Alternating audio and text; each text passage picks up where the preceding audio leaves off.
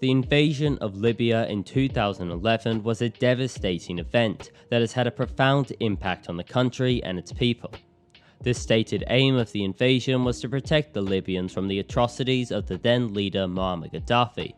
However, the true motives behind the invasion were political and economic, with the goal of seizing control over Libya's oil reserves and preventing the establishment of an independent African currency. Before the invasion, Libya was one of the wealthiest and most prosperous countries in Africa. The country's infrastructure was modern and well developed, and the Libyan people enjoyed free healthcare, education, and housing. Libya had a high Human Development Index score of 0.767, which placed it in the category of countries with high human development. Additionally, Libya had a high GDP per capita of $14,362 in 2010, making it one of the richest countries in Africa. The country's economy was heavily dependent on oil, with the oil sector accounting for over 90% of the country's exports and government revenue. Gaddafi had nationalized Libya's oil industry, and the country's oil reserves were considered to be some of the largest in the world. As a result, Libya was a major player in the global oil market, with the potential to challenge the dominance of the United States and other Western powers. Gaddafi was also a strong advocate for African unity and self-sufficiency, and he sought to establish an independent African currency known as the gold dinar. The gold dinar was intended to be a pan-African currency backed by gold, which would provide an alternative to the US dollar and challenge its dominance in international trade. The invasion of Libya in 2011 marked the beginning of a new era of violence and instability in the country. The NATO-led coalition, which included the United States, France, and the United Kingdom, carried out a series of airstrikes against Gaddafi's forces, leading to his overthrow and the collapse of the Libyan government. However, the aftermath of the invasion was far from peaceful. The country was plunged into chaos and violence, with various armed groups and militias vying for control over the country. The violence and instability resulted in the destruction of key infrastructure such as roads, hospitals, and schools. Libya's oil production was disrupted, leading to a decline in government revenue and exacerbating the economic crisis. As a result of the invasion, the country's economy and infrastructure were severely damaged.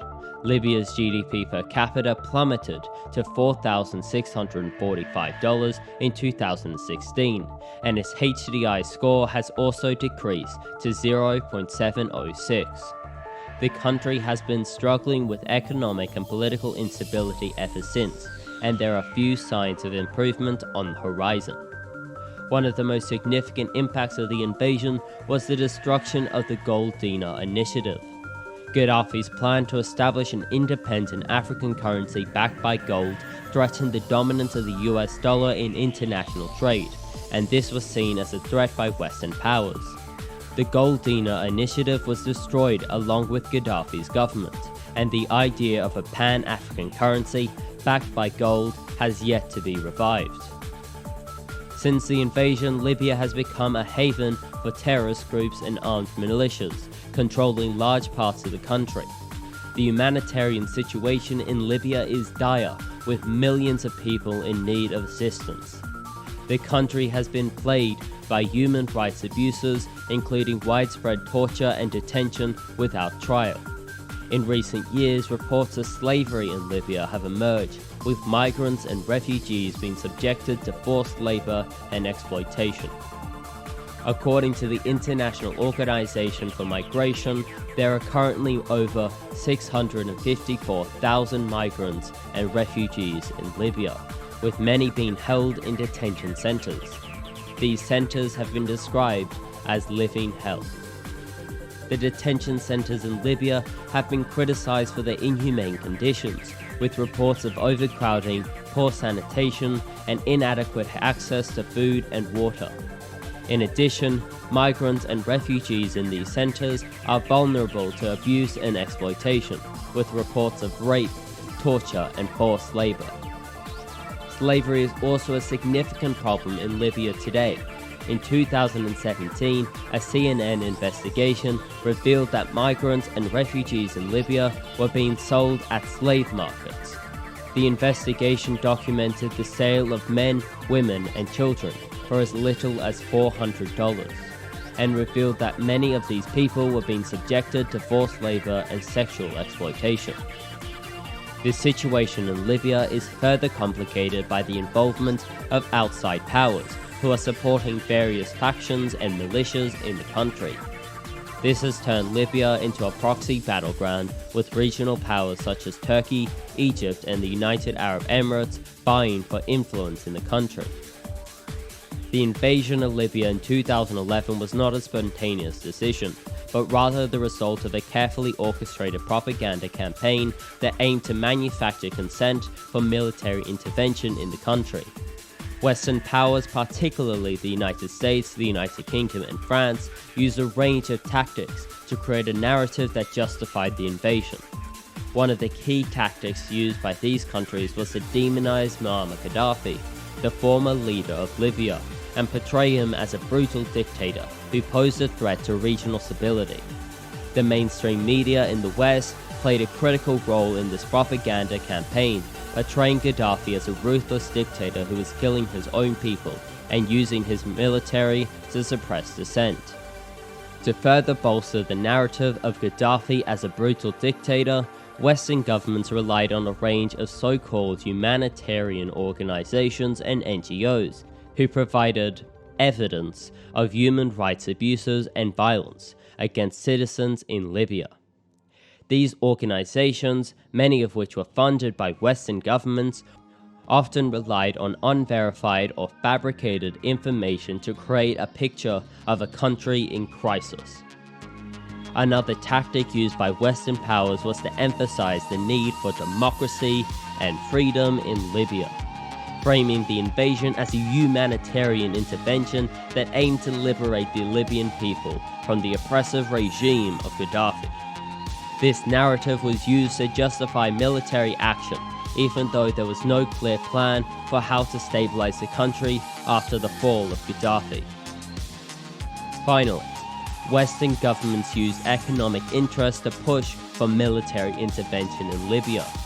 Libya has one of the largest oil reserves in Africa, and control over these reserves was a key objective for the invasion.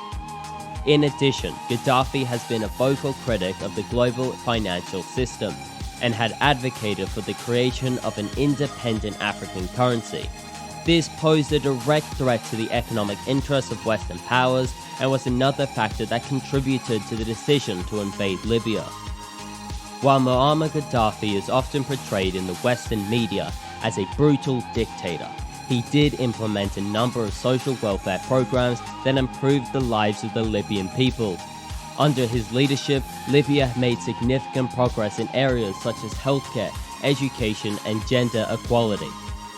One of Gaddafi's most notable achievements was the establishment of a universal healthcare system in Libya.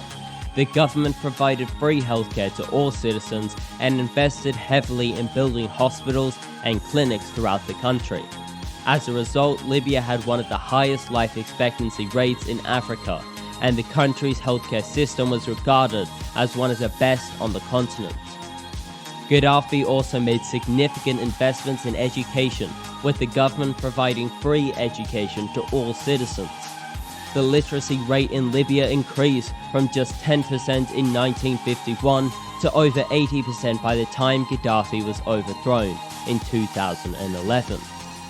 The government also provided scholarships for Libyan students to study abroad, with many students studying in Europe and the United States. Gaddafi was also a strong advocate for gender equality and took steps to improve the status of women in Libya. The government provided financial incentives for women to work and implemented policies that encouraged women to participate in politics and other areas of public life.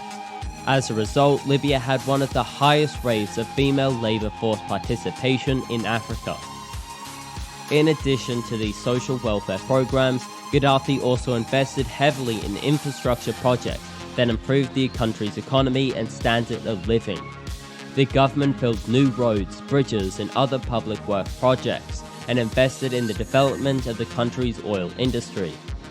While Gaddafi's policies were not without their flaws, it is important to acknowledge the positive contributions that he made to Libyan society.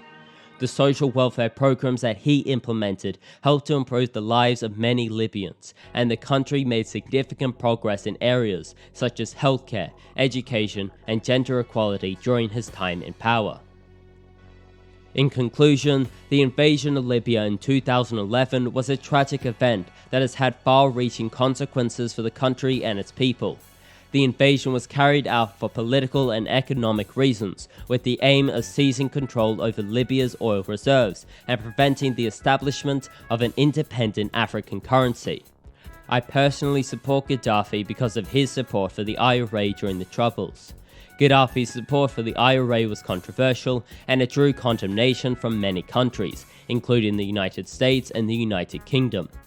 Gaddafi saw the IRA as a fellow anti-colonialist movement and anti-imperialist movement, and he provided them with support.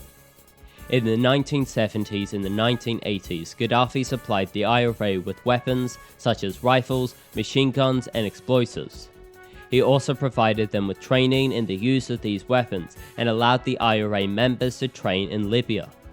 In addition to weapons, Gaddafi also provided the IRA with funding, and it is estimated that the Libyan government provided the IRA with millions of pounds in financial support during this period as well.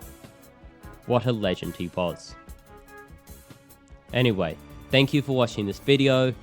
Please subscribe, please like this video, and I thank you all so much for watching. I hope to see you again shortly.